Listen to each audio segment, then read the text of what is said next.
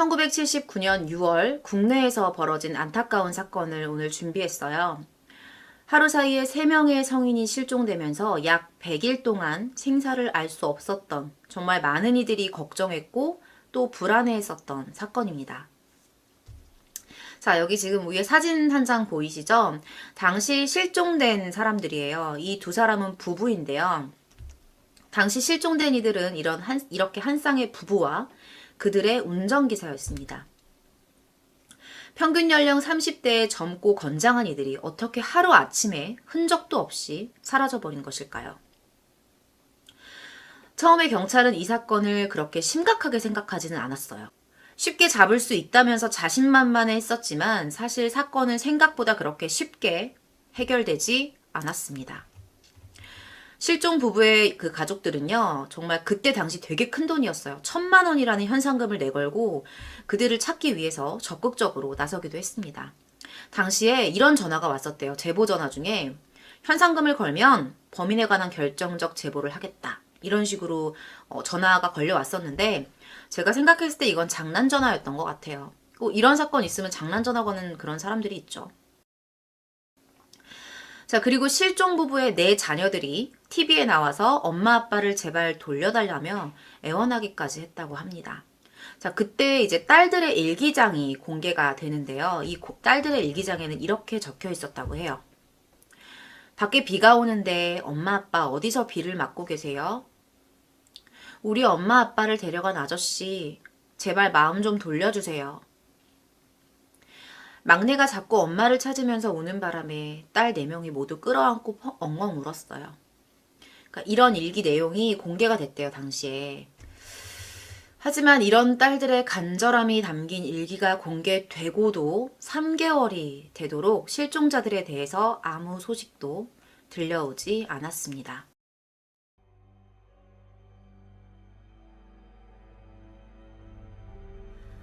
(1979년 6월 19일) 오후 서울 종로구 인사동에 있는 한 골동품상으로 전화가 한 통 걸려와요.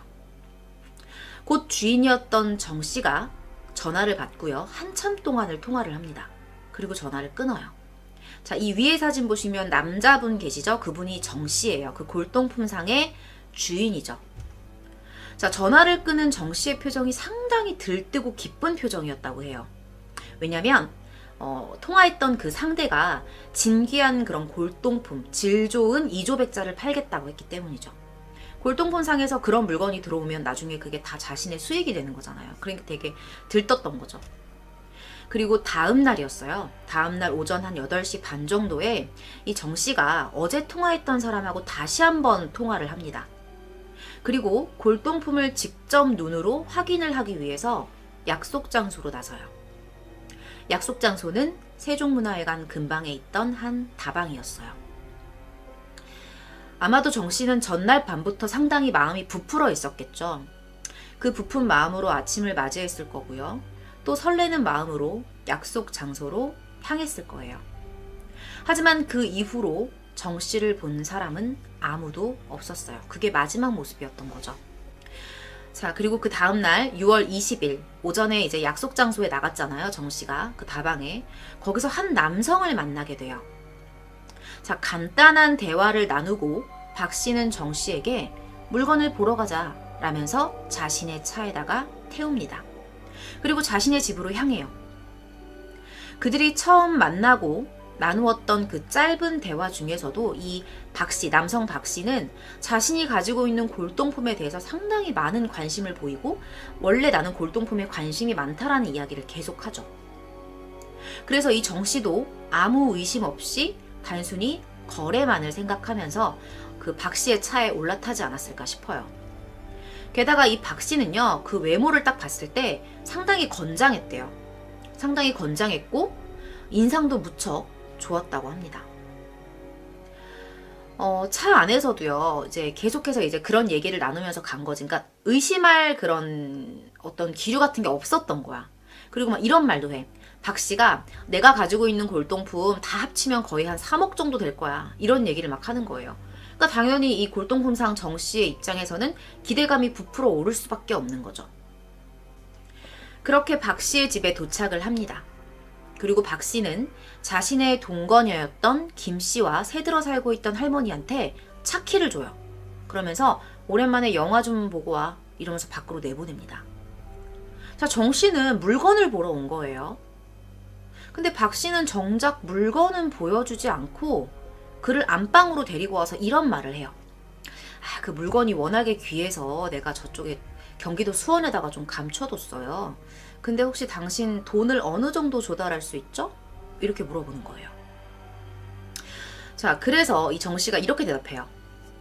내가 사고 싶은 건 청자랑 백자 정도예요. 물건을 제가 뭐 직접 봐야지 알겠지만 1억 원 정도는 제가 전화로도 조달 가능합니다. 이렇게 말을 한 거예요.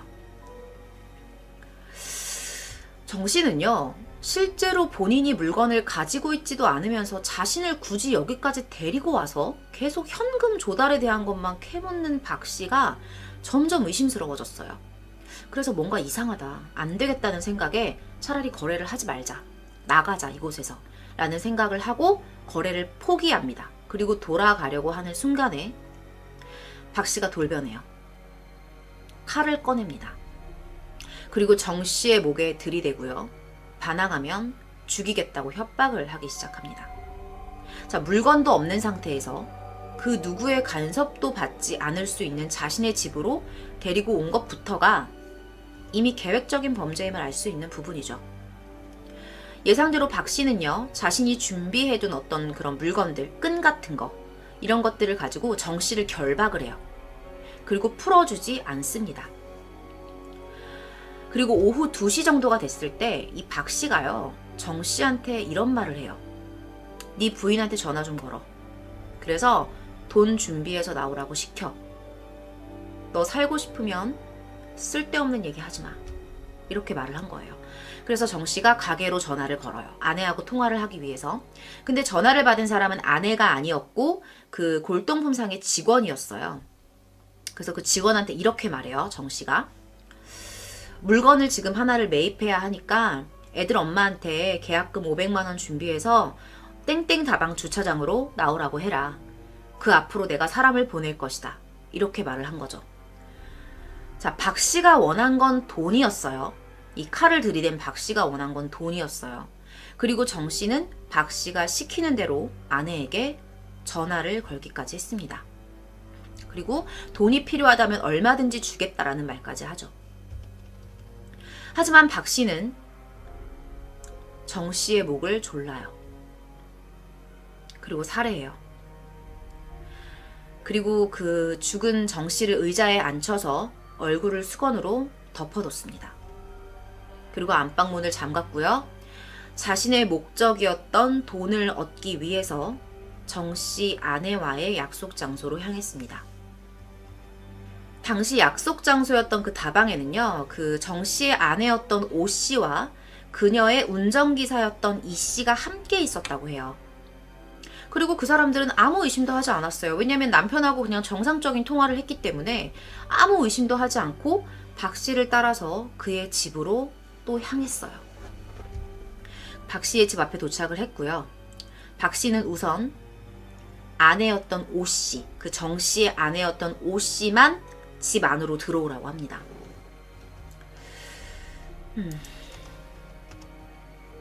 자, 여기가 그때 안방이에요. 그 당시 안방이에요. 그리고 박 씨의 안방으로 따라 들어갔던 그녀는요, 남편이 숨져 있는 모습, 얼굴에 수건을 덮어쓰고 있었죠. 그런 어떤 모습을 보고서 뭔가 이게 좋지 않은 예감을 느끼게 된 거죠. 이미 직감을 한 거죠.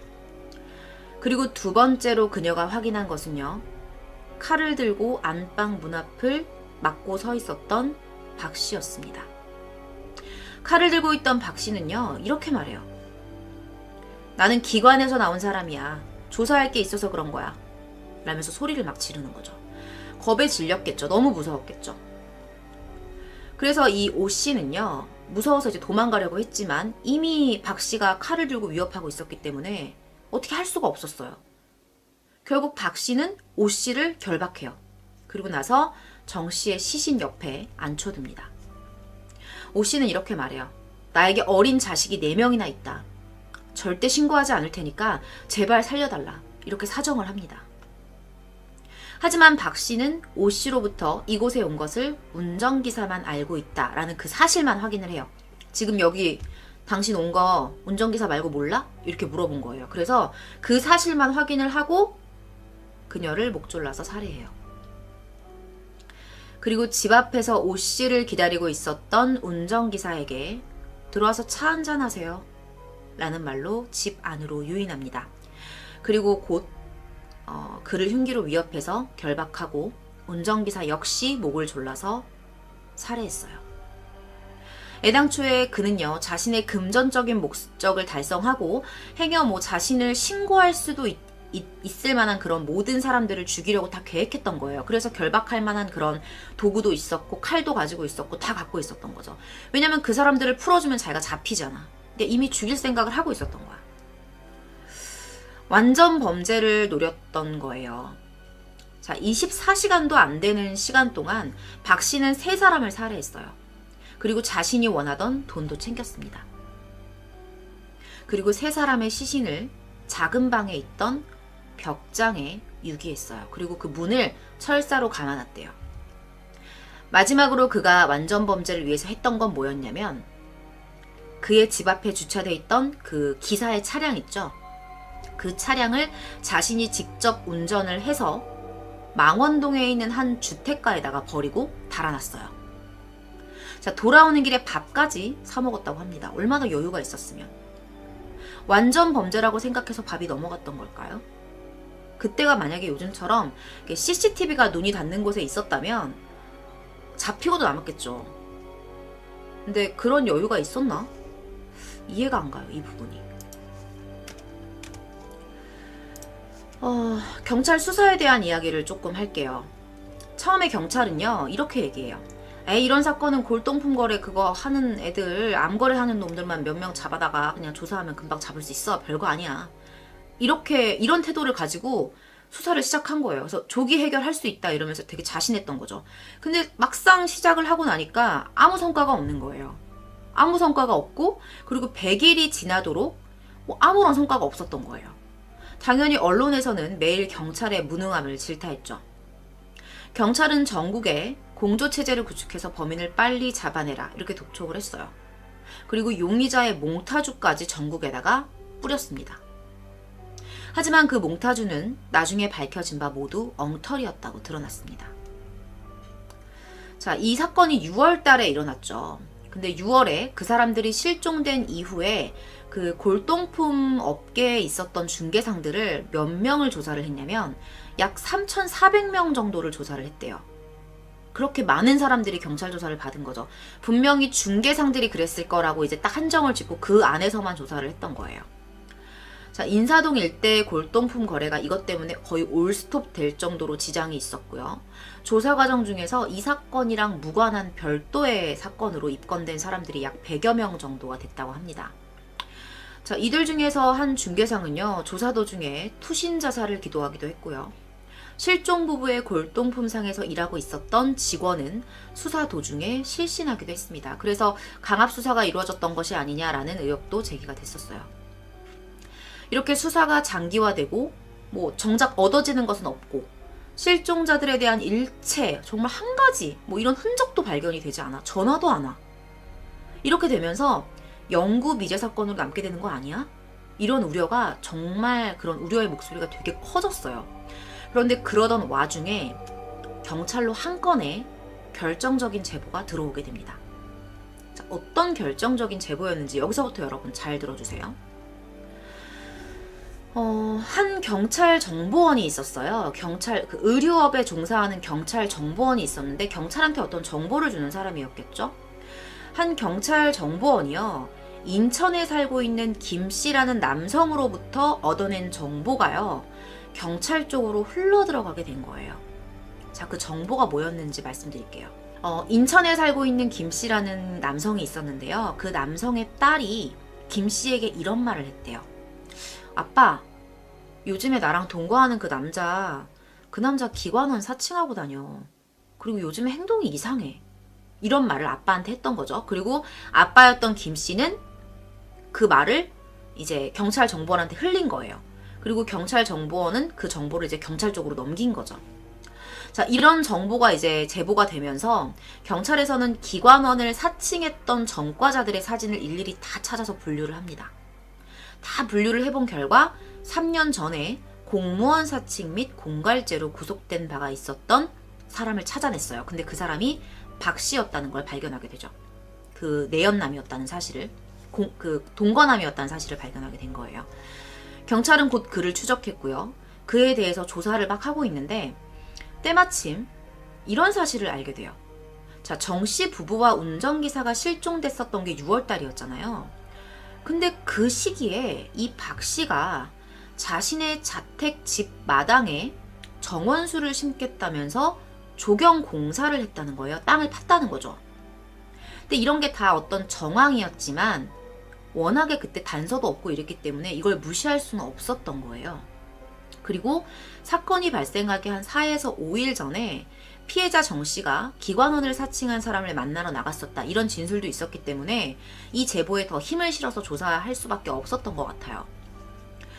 자, 경찰 정보원으로부터 들어온 정보에서 말했던 남성 김 씨의 딸은요, 누구냐면 이 박 씨의 동거녀였어요. 아까 동거녀 있다 그랬잖아요. 동거녀였고요. 박 씨가 범행을 저지르고 난 후에 그의 행동이 이상하다는 걸 눈치채고 자신의 아버지한테 아까 말을 했던 거예요. 그리고 그 말이 경찰 정보원의 귀에 흘러들어갔던 거죠. 이렇게 단서가 하나씩 발견이 되는 거죠. 자, 경찰은 잠복을 시작해요. 잠복을 시작하고 시작한 지 나흘 만에 모습을 드러낸 박 씨를 임의 동행 형식으로 경찰서로 데리고 갑니다. 그리고 몇 시간 동안 계속 추궁을 해요. 그리고 결국에는 범행 사실을 자백받았어요. 자, 처음에 이렇게 물어봐요. 성산동 당신 집 앞에 마당에 조경공사 왜 했어? 이렇게 물어본 거죠. 그랬더니 이 사람이 하는 말이, 아니 내 집을 내가 고친다는데 뭐가 잘못이에요? 아니 난 아무 죄도 없는데 내가 전과자라고 그래서 이렇게 잡아들이는 거는 인권 침해죠. 이렇게 따졌다고 합니다. 하지만 같은 시간 다른 장소에서 조사를 받고 있던 동건혁 김 씨는요, 경찰이 단도직입적으로 딱 물어봤어요. 그랬더니 벌벌벌벌 떨다가 결국에 입을 열어요. 그래서 이렇게 말해요. 저는 아무것도 몰라요. 제 동거남 박 씨랑 그 동생이 한 일이에요. 이렇게 말을 했다고 합니다. 처음에 범행 사실을 부인했었던 이 주범 박 씨도요, 곧 자신의 범행 사실과 함께 어디에 사체를 유기했는지 그 장소까지 털어놓게 됩니다. 그리고 9월 27일 밤 10시 30분에요. 그러니까 사건이 벌어지고 한 3개월가량이 지난 때죠. 그때 그 박 씨의 집 앞의 정원에서 사체 발굴이 시작이 돼요. 박 씨가 사체를 유기했던 장소는 자신의 집 정원이었죠. 현관 계단 밑에서 약 2m가량 떨어진 정원의 담 밑에 있었거든요. 거기에는 향나무랑 단풍나무가 심어져 있었대요. 그리고 계집도 있었대요. 그래서 사실 자백이 없었으면 저기에 묻었을 거라고 생각하기 되게 어려운 곳이야. 자, 사진 하나 보여드릴게요. 이게 당시에 이제 사체를 발굴하고 있는 장면입니다. 그 정원에서 시신 발굴 작업을 하는 모습인데요. 자, 범인이 지목했던 그 장소에서 나무를 뽑아냅니다. 그리고 삽으로 땅을 파 내려가기 시작했어요. 한 80cm 정도를 파 내렸을 때 검정색 비닐백 2개를 발견을 해요. 근데 그 비닐백 2개를 열어봤더니 거기에 이제 피해자들의 소지품들이 있었어요. 뭐 시계도 있었고, 통장도 있었고, 뭐 지갑도 있었고, 신발도 있었고, 이런 것들이 막 있었던 거죠. 그리고 나서 거기서 조금 떨어진 주변을 다 계속 팠어요. 파냈는데 한 2m 정도 파냈을 때 이 삽 끝에 물컹한 느낌이 나기 시작했죠. 이제 뭔가 있다는 거죠, 그 안에. 그래서 이제 더 파봤겠죠. 파봤더니 그 안에서 사체 3구가 발견이 됩니다. 정 씨, 그의 아내, 그리고 운전기사였던 이 씨의 시신이었어요. 좀 안타깝죠. 자, 앞서 제가 사건의 전말에 대해서 이야기를 했던 부분에서 여러분들이 짐작할 수 있었지만 범행 동기는 돈이었어요. 자, 주범이었던 박 씨가 자신의 사업 자금을 마련하기 위해서 계획적으로 저지른 범죄였던 거죠. 자, 골동품 가게 중에서도요, 금당이라고 적혀 있었어요. 그 집이 금당이라고 적혀 있었기 때문에 그 간판을 보고 저 집은 좀 현금이 많을 것이다, 이런 생각을 했다고 해요. 그래서 미리 이렇게 계획을 하고 전화를 통해서 정 씨를 유인해냈던 거죠. 박 씨가. 당연히 두 사람은요, 일면식도 없는 사람이에요. 아예 모르는 사이예요. 자, 그렇다면 박 씨의 남동생, 아까 전에 그 여성이 경찰에서 진술을 할 때 나는 아무것도 안 했어요. 박 씨랑 박 씨 남동생이 벌인 일이에요. 이런 말 했었잖아요. 그럼 박 씨 남동생은 어떤 식으로 범행에 가담을 했을까요? 자, 처음에 그러니까 그의 진술에 따르면 이래요. 그러니까 자기는 형 집에 작은 방에 벽장 문고리가 철사로 감겨져 있길래 이상한 생각이 들어서 열어봤다는 거예요. 그래서 그걸 열었더니 거기에 사체들이 있었다는 거죠. 내가 그걸 발견했다. 그리고 그때 형이 집에 없었대요. 형이 왜 집에 없었냐면 아까 말씀드렸죠. 그 피해자들이 타고 왔던 차량을 망원동에 버리고 왔다고 했잖아요. 그거를 버리러 간 사이에 자신이 시신을 발견했다는 거예요. 형이 돌아왔어요. 차를 버리고. 그래서 왜 저런 짓을 했냐 이렇게 물어봤대요. 자기가. 그랬더니 이 형이 이렇게 말했대요. 이거 밝혀지면 우리 다 죽는 거야. 그리고 부모님이 이 사실 알게 되면 부모님 아마 자살하실 거야. 이런 식으로 말을 하면서 입 다물어라 이렇게 얘기를 한 거죠. 그리고 자신은 태연하게 사무실에 들려서 자기 볼일까지 보고 퇴근을 하고 집에 왔고요. 동생과 함께 앞들에 있던 나무 밑에, 단풍나무 밑에 땅을 파기 시작했습니다. 그리고 시체 세 구를 꺼내서 옷을 모두 벗겼고요. 미리 준비해두었던 흰 봉투에 한 구씩 담습니다. 자, 그리고 그것을요 밖으로 가지고 나가서 자신들이 파놓은 땅 속에 매장을 합니다. 그리고 3일 정도가 지난 6월 24일에 시신을 매장한 그곳에 잔디를 입히고요. 향나무를 심는 등 정원 공사를 했던 거죠. 그래서 정원 공사를 했던 거예요. 위에를 뭔가 은폐하고 싶었겠죠. 자, 이 모든 것들을 처리하는 동안 자신의 동거녀에게는 인천 고향집에 좀 내려가 있어. 이렇게 말을 한 거죠. 그래서 그동안 이제 이 동거녀는 인천 고향집에 가 있었던 거예요. 근데 뭔가 그때 이 여성이 저 남자가 뭔가 이상한 거야. 저 두 형제가 뭔가 이상하다는 걸 좀 낌새로 느낀 거예요. 그래서 그때 동거녀가 인천 고향집 갔을 때 아빠한테 그런 얘기를 했던 거예요. 좀 그 사람 좀 이상한 것 같다. 그래서 또 그 아빠는 정보원한테 흘렸던 거고 그게 이제 경찰기로 들어갔던 거죠. 자, 어쨌든 이제 이 동거녀도요 다시 돌아왔죠. 집으로. 그 남성의 집으로, 박 씨의 집으로 돌아왔는데 돌아오고 나서 이제 얘기를 한 거예요. 우리가 이런 짓을 했다. 시신을 묻었다. 사람 3명을 죽였다. 이런 얘기를 이제 동거녀한테 한 거예요. 동거녀가 신고를 하지 않았어요. 신고하지 말라고 했겠죠. 뭐 협박을 했거나. 그래서 어쨌든 이 범행 사실을 신고하지 않고 그냥 묵인하고 있었던 상태였어요. 계속해서 뭐 신문기사 같은 걸 보면서 이제 사건이 조사가 어떻게 되고 있는지 이 정도만 확인을 하고 있었던 거죠. 자, 이거는 현장 검증을 하고 있는 사진이에요. 이 박 씨가. 자, 사체 3구가 발견됐던 곳에서는요 정말 심한 악취가 풍겼다고 합니다. 6월달쯤에 매장을 했고 9월달쯤 발견이 됐으니까 여름을 다 지났을 거 아니에요. 그러니까 얼마나 부패가 진행됐겠습니까? 주민들은 이제 시체가 한 구씩 발견이 될 때마다 코를 막고서 저 살인마를 죽여라 라면서 분노하면서 소리쳤다고 해요. 발굴 작업이 다 끝나고 난 뒤에 이 보이는 사진처럼 박 씨는 약 3시간가량 현장 검증을 했고요. 검증이 끝나고 난 뒤에 그곳에서 바로 사체 부검이 실시되었다고 합니다. 이 사진은 보시면 이제 위에 있는 사진은 그 정씨 부부의 아이들이에요. 4자매. 그리고 오른쪽에 앉아 계신 분은 아무래도 할아버지 같아요. 제가 모자이크 처리를 했는데 얼굴이 좀 보이는 것 같네요. 모자이크를 제대로 안 됐나 봐요. 모자이크가. 다시 한번 하도록 하겠습니다. 자, 보시면 이게 첫 번째 보이는 이 사진이 뭘 하고 있는 거냐면 정씨 부부의 4딸에게 엄마 아빠의 사망 소식을 전해주고 있는 모습이에요.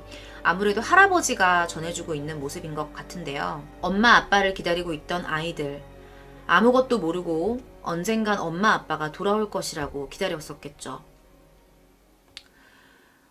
이 4딸들과 유가족에게 날아든 한밤중의 비보는요 평생 가슴속의 상처와 악몽으로 남을 것입니다.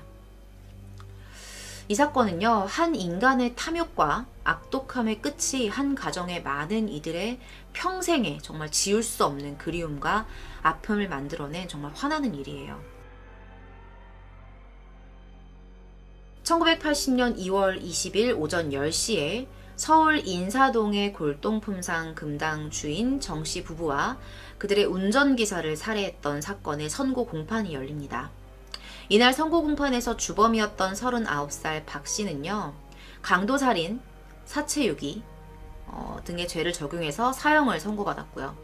그의 동생은 무기징역을 선고받았습니다. 자, 재판부는요, 동생이 형의 범행 사실을 몰랐다고 주장을 하긴 했지만 집 구조를 살펴봤을 때 아무도 없는 조용한 집에서 사람이 3명이나 죽었는데 그걸 몰랐을 리가 없다. 분명히 형의 지시에 따라서 움직였을 것이고, 처음에 이제 땅을 파는 것도 형이 파라고 하니까 팠잖아요. 그러니까 그런 어떤 행동의 패턴을 봤을 때 공범으로 봐야 한다. 이렇게 밝힙니다. 그래서 동생은 무기징역을 선고받은 거예요. 단순한 공조가 아니라 같이 죽였다고 보는 거죠. 또한 주범 박 씨의 동거녀였던 김 씨, 여기 사진에 보이시죠? 맨 왼쪽에 여자. 이 김 씨는요, 사체유기 방조죄를 적용해서 징역 5년을 구형받습니다. 처음 범행 사실을 듣고도 신고하지 않았잖아요. 그리고 그해 7월에 주범이었던 박 씨의 사형이 집행되었어요. 전해지는 바로는 이 박 씨가 재소기간 동안 종교에 귀의해서 신앙생활을 했다고 합니다. 자신의 지난 잘못을 참회록 형식으로 모아서 책을 발간하기도 했대요. 제목은 나는 사형수라는 제목의 책인데요. 그런 책을 발간을 하면서 이제 많은 사람들이 또 그 책을 읽었다고 해요. 여러분들도 혹시 관심이 있으시면 한번 찾아보시는 것도 괜찮을 것 같아요.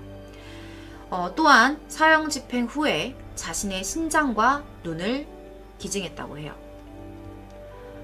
신에게 자신의 죄를 용서받고 평안하게 죽을 수는 있을지 몰라요. 하지만 사망한 정씨 부부와 운전수의 유가족들이 앞으로 살아가야 할 고통스러운 인생 전부에 대해서 그가 할 수 있는 일은 아무것도 없습니다. 결국 고통은 남은 자의 몫인 거죠. 이번 사건은 1979년 국내에서 발생한 골동품상 부부 운전수 살해 사건이었습니다.